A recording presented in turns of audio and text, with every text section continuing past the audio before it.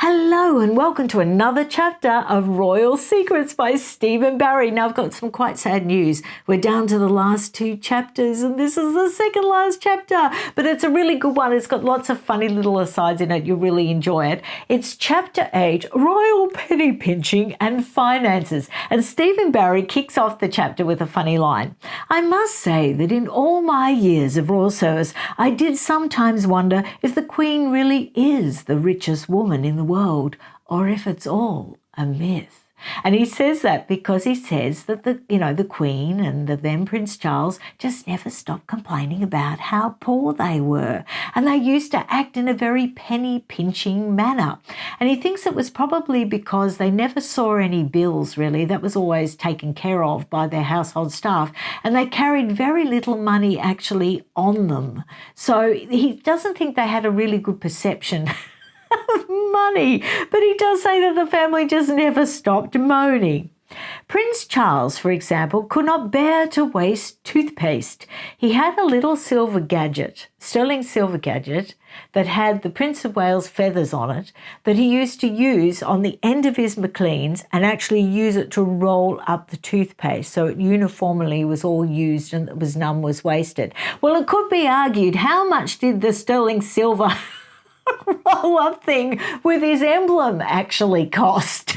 But I think that's quite admirable. I mean, in the days of being, eco-conscious, it makes sense, doesn't it? So I'm full of admiration, He could never live with me because I'm afraid I'm one of those awful people that actually squeeze toothpaste from the middle of the tube. I know. I drive my husband mad. He can't stand it. Now, he does say that there's a misconception that Buckingham Palace or other sort of royal palaces would be really luxurious. And he says, well, no, they're not. They're actually not as luxurious as a five-star hotel. He says, take the royal bed linen. The sheets for the 5 days the family are at the palace are turned top to tail and under to over. They are most certainly not changed daily. Well, I guess that's like most of us, but most of us don't change our bed linen daily, do we? The staff bed linen is topped and tailed once a week. Well, that's nice. The palace laundry used to be washed on the premises. Now, this is really interesting because it was decided that it wasn't cost effective. So now the Queen's sheets and pillowcases are sent to the Sycamore Laundry in Clapham, a none too salubrious area of London, where the royals are given a special rate. Now, then he goes on to say that he believes that the royals actually hold shares in this laundry enterprise, and certainly the Sycamore Laundry has the royal warrant. And it's really interesting. He goes on to say that, there's great competition to get this royal warrant. And there's actually not money that exchanges hands or anything nefarious like that. But what the businesses have to prove is that for a length of time, at least 6 months, they have to have been genuinely supplying royal households with goods and services in order to even apply for the royal warrant. And Steve Barry confesses that a friend of his had a business and he used to go to that business for silly things, things that the royal household didn't really need or want, just so he could enable his friend to apply for a royal warrant. Now, it's interesting, isn't it? Oh, I've got to say about the tea towels though. The tea towels are still washed at the palace in a large industrial machine that's kept in the basement. And so that was very interesting. The Queen's pet penny pinching is actually to do with electricity. And he tells the story that when he was a young footman and they were up at Balmoral, it was a typical Scottish summer day and it was midday, so it was really dark and gloomy. And he was on duty with another young footman. And what they'd done was they turned on 3 sort of bare electric light bulbs in the hall that hung in the entrance. And the Queen returned from a walk, corgis running behind and in front. She came in the door and made a small little huh, and without saying a word, ran her hand over the switch that controlled all 3 lights, then strode off, leaving us in the gloom. And he said that they didn't dare turn them back on again just in case she came back that way. He goes on to say that Balmoral is roughly an hour's drive from the nearest station at Aberdeen, nearest train station. And so it used to cost the royal household a lot of petrol. And of course, the royals had to cover that. Now, the staff used to do a lot of sort of swapping shifts between themselves. They didn't used to stick to the roster, and they'd say, oh, I want a weekend off. Will you cover for me? Oh, I want 2 days off. Will you cover for me? And they used to do that amongst themselves. But it resulted in a lot of trips of the royal cars going to and from this train station at Aberdeen. And so the Queen put her foot down and said that the actual roster had to be stuck to, and that, you know, there couldn't be these constant trips. And so it was coordinated that all the staff would arrive together and all the staff would depart together on the one train with the one big load of, you know, transport happening at the same time, which makes a lot of sense. She was rather good at organising things and cutting costs. He makes the point that ordinary staff most certainly do not fly first class, although as Prince Charles's man, I certainly do. And he was rather chuffed about that. He also said that the royals pay full price for all wines and spirits, and the Queen was very careful to go around and check the level of the whiskey bottles and things like that before she left Balmoral. And then when she came back, she would check that they were still the same. Now, I wonder whether she was like me, my poor mother and father, when I was sort of getting into my uni days, where I used to pinch booze and then fill it up with water. They couldn't work out why the sherry tasted so bland and watered down. Oh, I hope my mum's not watching. She might. I've given myself away. We used to joke that perhaps it was because they paid the full price that they were so careful with the liquor. I have known occasions when they have made a bottle of wine go around 8. Now, a standard bottle of wine, believe it or not, with standard glasses, should be able to serve 7, just serve 7. But to make it to go around to 8, that's, yeah. And so he makes the point that whenever any of the staff formally dined with the Queen or Prince Charles, they didn't expect to get much to drink. They didn't expect to get tiddly. They said it was a bit of a dry old argument, but they said it was great when they were invited to dine with the Queen Mother, who was a most generous hostess, or Princess Margaret, who gave splendid staff parties. And he describes them like this. They lasted for only 2 hours. They were carefully planned, extremely generous, and enjoyed by all. In no way are they great wingdings, but they are perfect parties, and all the staff consider it a great honour to be asked. Then he says that when Prince Philip actually took his staff out for Christmas lunch, you know, the thank you Christmas lunch, he would always take them to a hotel, perhaps the Savoy or the Dorchester, but he takes along his own wine from Buckingham Palace. One of the chauffeurs delivers it to the hotel the day before the gathering, and his excuse for this is to say, wine is far too expensive in these restaurants. And he only got away with it because he was Prince Philip. I mean, no one else would get away with doing that, would they? And Prince Charles doesn't. He actually buys the wine for his staff Christmas parties. He also says that Prince Charles was a bit cheap when it came to wedding presents. Now, the young Duke of Gloucester was getting married, and the then Prince Charles told Stephen Barry to go and find out what they'd want for a wedding present.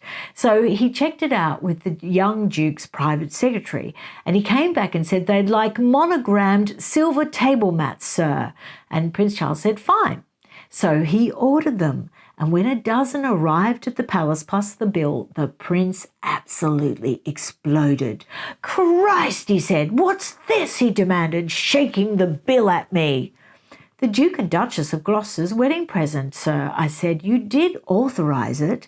He looked at the bill again and shook his head dolefully. Well, at that price, he finally said, just give them 2 for the time being. So they got 2 for their wedding, and then they've got 2 mats every Christmas since. And then Stephen Barry says they'll be able to hold a dinner party soon. That is cheap. That is cheap.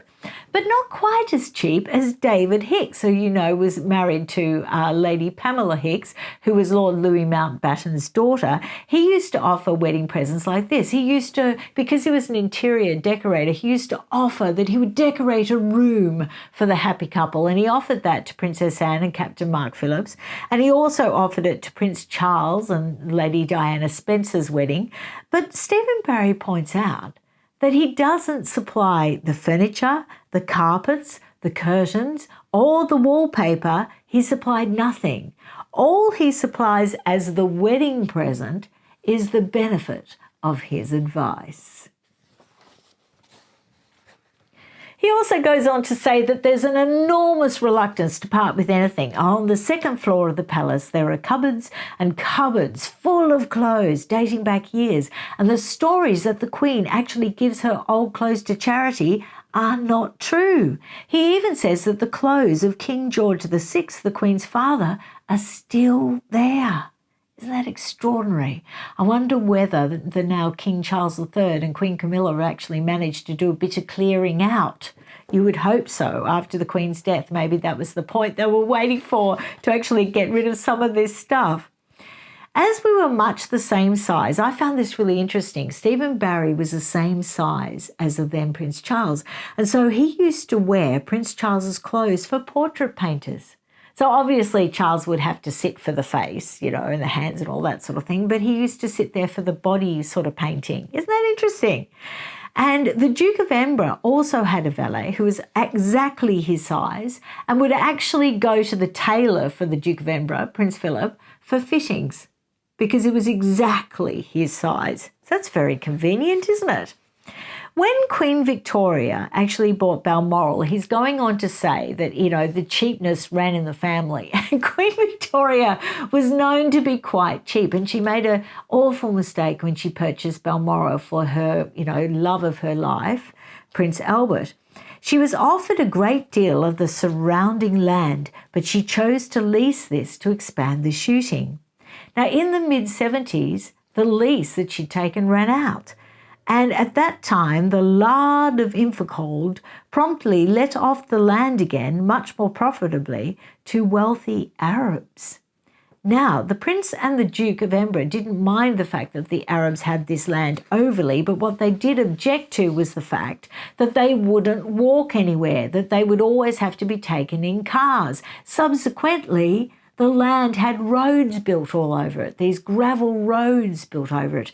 And as the royals used to come up and look over the hill, and they'd see all these new roads scarring the landscape, and that is what they really, really objected to. They thought it just looked really, really ugly. So they hate having roads near Balmoral because they feel the entire area should be for their use alone. But of course, Scotland is always swarming with tourists, and even royalty can't keep them away. So they've got private property and keep off signs. But the Duke had a brilliant idea. Prince Philip erected new signs, and these proved to be exceedingly effective. They read, "Beware of the adders." Now, in some situations, the royal family could be extremely savvy, Stephen Barry says. There was a government scheme for turning sections of big estates into parkland for tax concessions, and this really attracted Prince Philip. So he gave away a few bogs and a gravel pit and a lot of the less attractive areas of Sandringham in order to claim these tax credits, because they were paying tax by this stage. There is a lovely old house called Frogmore in the grounds at Windsor. We know not Frogmore Cottage, the big Frogmore house that, of course, Harry and Meghan had their reception at. And it was interesting that the Queen actually wanted to gift that to the then Prince Charles and Lady Diana Spencer. She actually wanted them to have, and there's all these wonderful photographs. I should actually take some of these and show them to you. I'll make sure I put some of them up, these black and white plates. As I'm flicking through them, I'm thinking, you probably should see some of these. Yes, she was planning to give Prince Charles Frogmore House, but it was in such a state of disrepair. He didn't want to pay all that money to do it up. Because you can claim so much from the public taxpayer, but really to do it up in what it needed, it would have taken a lot more of personal money. So he actually went ahead and bought Highgrove. If the royals are more hard up than seems likely, a lot of the blame lies squarely on the shoulders of the late Duke of Windsor. He cost them a fortune. And then he goes on to say that when the Duke of Windsor threatened to actually sell Balmoral and Sandringham, that, the royals scrambled and then agreed to his £60,000 a year. Now, I'm pretty sure that in Andrew Loney's book that it was £80,000 a year, but I'll have to check that. But anyway, he did cost them a considerable sum. It's interesting that after her father died, that actually the Queen did cut that off. She did have the bravery to cut them off and didn't offer that anymore. At Balmoral, the royals saved a fortune in staff bills. In the 1960s, when I first started work at the palace, the army used to come there every summer and take over a lot of the work. They would be doing kitchen and baggage portering, bringing in the ice and dealing with all sorts of jobs that no one else particularly wanted to do. Until Sir Philip Moore, the Queen's private secretary, joined her household, and he was absolutely horrified that the army was being used in this way at Balmoral, and he stopped the practice immediately, which is a good thing. Then there's a few pages of sort of outlines of what payments they get from the civil list money, but this is all back in the time. It's all irrelevant. It's all out of date. So honestly, I thought sharing that would be a little bit boring. Now, not appearing rich is very much on all their minds. When Prince Charles's Aston Martin had to be serviced, Mr. Terry, who deals with all the royal cars, sent a Rolls Royce to fill in, and when Prince Charles came downstairs to leave the palace for his midweek polo, he was furious. "What's this?" he said. "It's the replacement car, sir," I told him. He had to use it because there wasn't anything else to use, but he was very reluctant to be seen in it. "Oh, it's bad for the image," he said. Now, when Princess Anne married, the Queen actually bought her Gatcombe Park, which you know, and it cost £680,000, which is a pretty penny back then. Although the princess's husband, Captain Mark Phillips, is a successful farmer, it does not do for the royal family to appear to be doing anything too commercial. The Captain Phillips show jumping is financed by the Range Rover firm. Now, they've since, really firmly shut down on all this. They clamped down on all this. They don't do this anymore. And I think that's why Zara actually wasn't given a title or anything like that. And her and Mike Tyndall can go off and earn as much as they like because although they're part of the royal family, they're not working royals. And so they don't sort of represent the royal family at any official engagements. In August 1983, he opened the house for a 2-day show jumping and cross-country event. The plans are for this to become a regular summer money raiser. Now, there's no implication that that money is given to charity. No implication at all. So I can see that maybe Meghan and Harry were looking at all these old models and thinking, well, actually, why shouldn't we be able to raise a little bit on the side? And the difference was because they were working royals. Now, don't forget, Captain Mark Phillips did refuse a title. That might have been why he got away with it. Just before the royal wedding, so give up your titles, Harry and Meghan, and then you'll be able to do what you like. Well, you can do what you like now, but give up the titles because you're giving the royal family a bad name. Okay, be like Captain Mark Phillips. Just, do away with the title. Just before the royal wedding, Prince Charles was visited by his lawyers, Messrs. Farrar and Company at Buckingham Palace. And as they trooped into his study, Lady Diana, as she was then, came along to me as I was in the waiting room and said, "Do you mind if I stay here with you for a few minutes? He's doing the will." So that was before the wedding. He was doing the will. I wonder whether Diana actually signed a prenup. I don't think she did.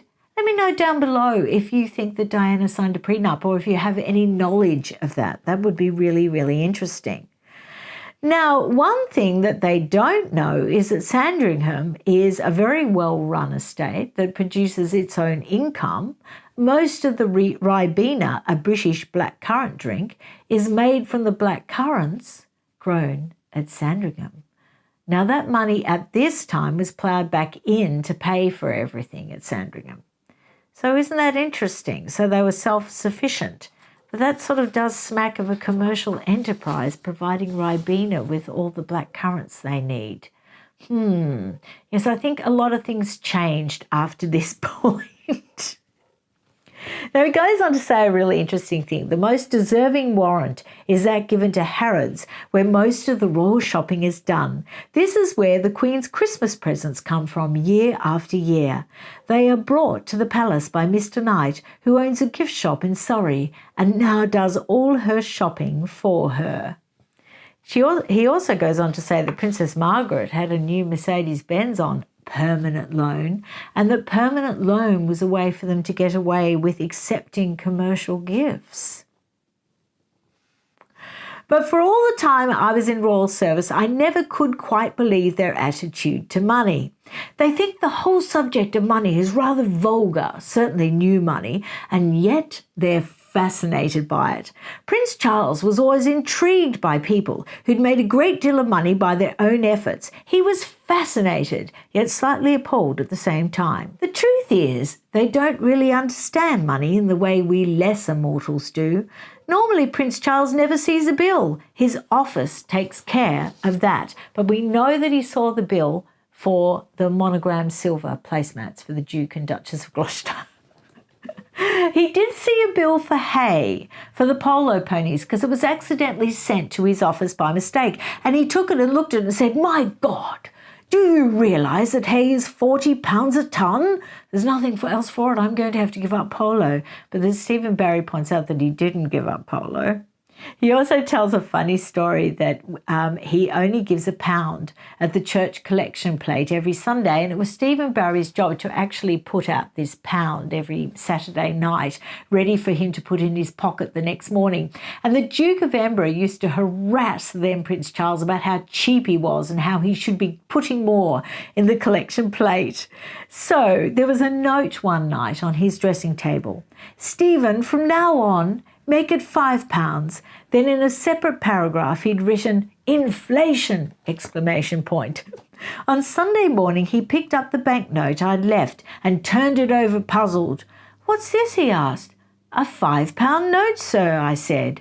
It was the first one he'd ever seen.